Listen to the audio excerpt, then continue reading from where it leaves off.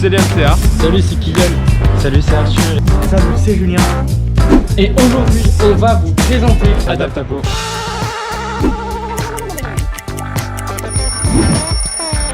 Adaptapo, c'est quoi? Adapt est un projet d'élèves de terminale générale spécialité sciences de l'ingénieur du lycée Guillaume Apollinaire de Nice, réalisé dans le cadre des Olympiades de sciences de l'ingénieur. L'objectif de ce projet est de rendre accessible l'accès à un fauteuil roulant électrique à des personnes à mobilité réduite, par son prix et son utilisation. Pour cela, nous avons cherché un moyen d'optimiser notre conception. Il nous est alors venu l'idée de coupler une trottinette électrique avec un fauteuil roulant. Pour cela, il nous fallait trouver un système d'attache qui soit compatible avec toutes les trottinettes et tous les fauteuils. Sachant qu'aucun de ces deux éléments n'a de dimension standard, nous devions concevoir des pièces faciles d'utilisation et pratiques pour les personnes à mobilité réduite. Nous avons alors opté pour un système d'attache en deux parties. La première partie est fixée sur les côtés du fauteuil qui maintient une tige. La deuxième partie est une pièce qui vient se fixer sur la base de la trottinette à l'aide de sangles.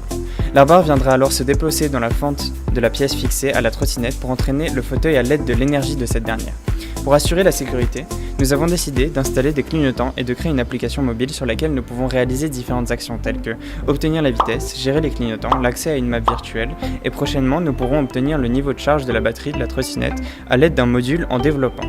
Durant notre conception, nous avons fait du coup le point d'orgue de notre projet. Le système devait avoir un coût de fabrication et de montage le plus minime possible. Alors nous avons pris la décision de mettre les pièces 3D accessibles en open source pour que chacun puisse les fabriquer et les adapter à leurs besoins.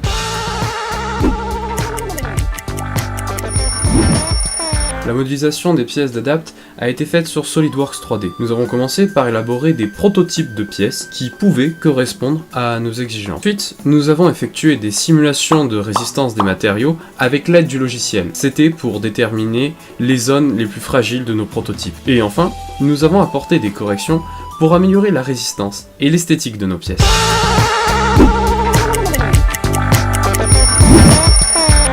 L'application a été créée avec le site internet MIT App Inventor, qui est un site internet qui permet de faire des applications gratuitement sur Android et dans un langage simple de la manière de Scratch. Ensuite, nous avons créé nos clignotants à partir du logiciel d'Arduino. Nous l'avons écrit en C++.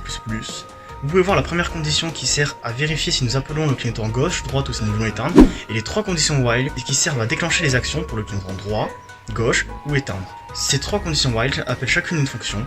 Celle de gauche, par exemple, appelle la fonction gauche qui va éteindre la LED droite et allumer la LED gauche. Puis ensuite s'ensuit une boucle for qui va faire clignoter et nous permettre de changer d'état rapidement et facilement de la LED.